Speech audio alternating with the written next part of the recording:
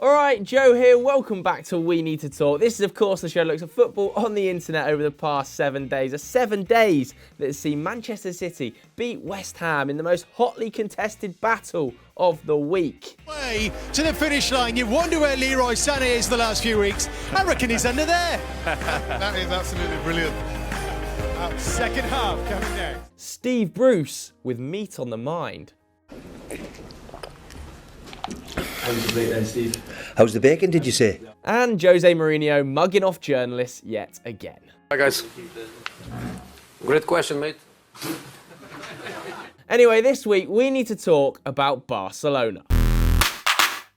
It's been an incredibly tumultuous season for Barcelona already, who currently sit second in La Liga, of course, crashed out of the Copa del Rey at the hands of Athletic Bilbao and sacked Ernesto Valverde back in January. But despite all of that, this past 7 days might just take home the bacon, Steve Bruce style, as the worst 7 days of Barcelona's season. Now, before we get into the seriously juicy stuff, we're going to start with the main man, the god of the Blaugrana, Martin Braithwaite. Now, a few of you at home might well be wondering, how the hell have Barca been able to sign a player for 18 million euros outside of the transfer window? And rightly so as well, judging by his unveiling.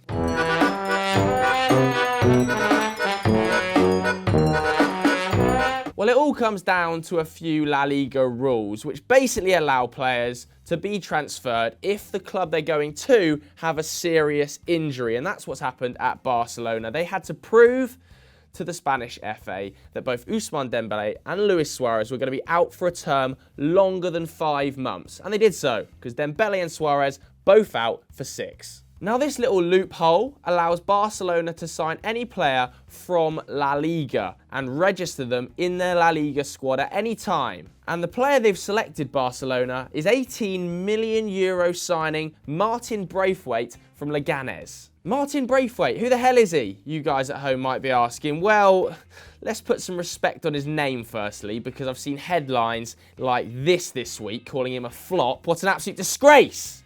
The man scored 1838 in the Championship for Middlesbrough.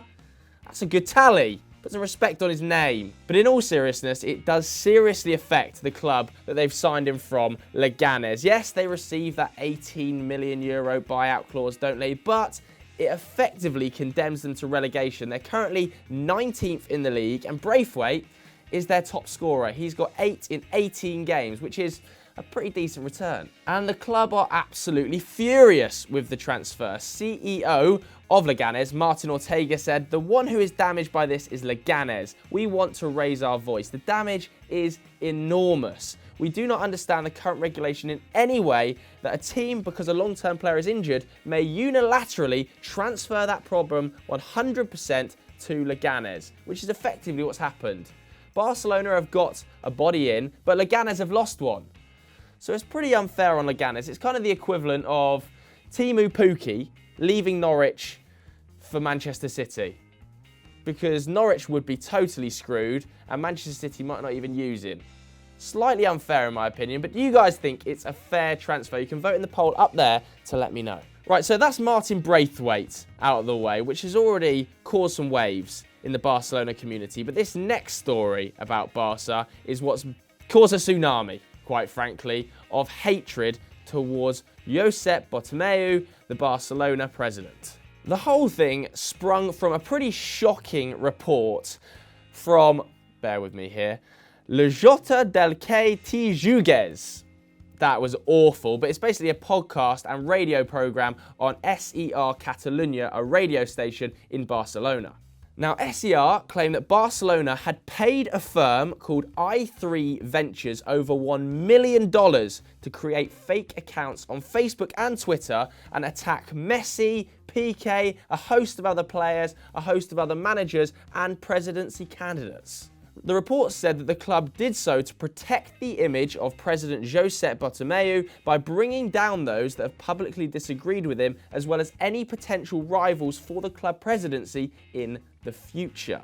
It went on to say that the operation had 2 main objectives. The first, protect that reputation, and the second, to erode the image of people and entities that have relations with the club to a different degree. This includes those names I mentioned earlier: Lionel Messi, Gerard Piqué, even presidency candidates like Victor Font. Now, Victor Font, after this story broke, did release an official statement. In response, it read, "This defamation campaign that today has been reported by a journalistic investigation stains Barcelona, shames us as members, and makes the situation of the club even worse, because in addition to the delicate sporting and economic moment, moral breakdown has also been added." Now, Barcelona wasted absolutely no time biting back with their own statement to SER Radio, and they were not messing about with their reply either, listing 5 key points, which are on your screen now. Pause the video if you want to read them all, because if I read them all, we'll be here all day. The key takeaway from all of those points is that Barcelona roundly deny any relationship, and furthermore the contracting services linked to social media accounts that have broadcast negative or disparaging messages related to any person, entity or organisation that may be or have been related to the club. Get those legalities right.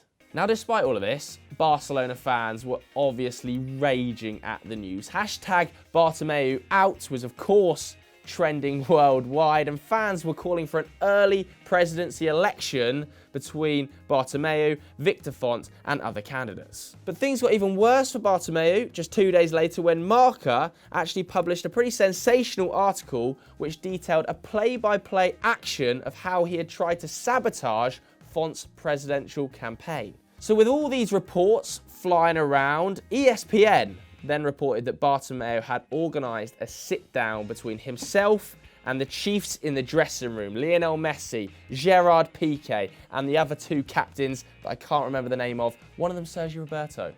When did that happen?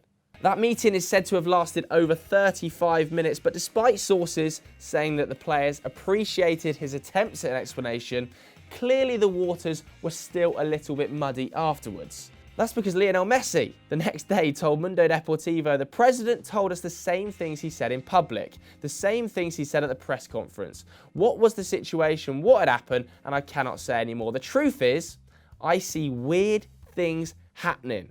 But it was also said that there would be much evidence. We'll have to wait and see if it's true or not. We can't say much, and we have to wait and see what happened.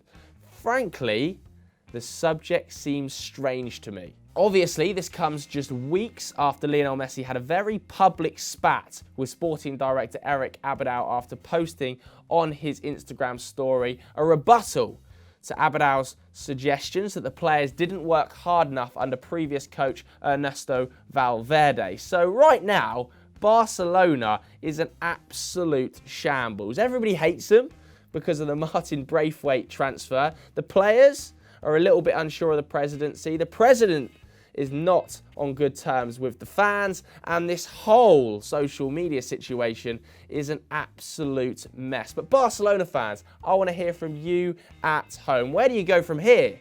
Is there anything more to this story? Let me know your thoughts in the comments below. Moving on to the good, the bad and the ugly. The good this week is all about lifelong Manchester United fan Damien Nixon, who despite being just 32 was sadly diagnosed with terminal cancer. But things were made a little bit brighter this week when Sir Alex Ferguson showed up and surprised him bedside in a gesture that Damien has described as unbelievable. Moving on to the bad, this is one of the weirdest headlines. Was going to make this the title, but couldn't find out enough information about it.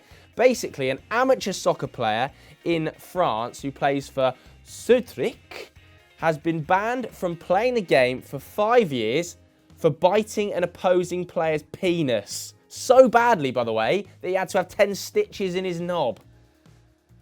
Jesus Christ. The ugly this week is about PSG president Nasser Al-Khelaifi, who has been charged by the Swiss Attorney General in connection with a 3-year corruption investigation allegedly involving ex-FIFA secretary Jerome Valcke and a third businessman. This story is going to run and run. Expect We Need to Talk about it in the next few weeks. So that's it for this week's episode of We Need to Talk. If you want more serious football chat, head over to Continental Club with Doogie and the boys. Thanks very much for watching. Goodbye.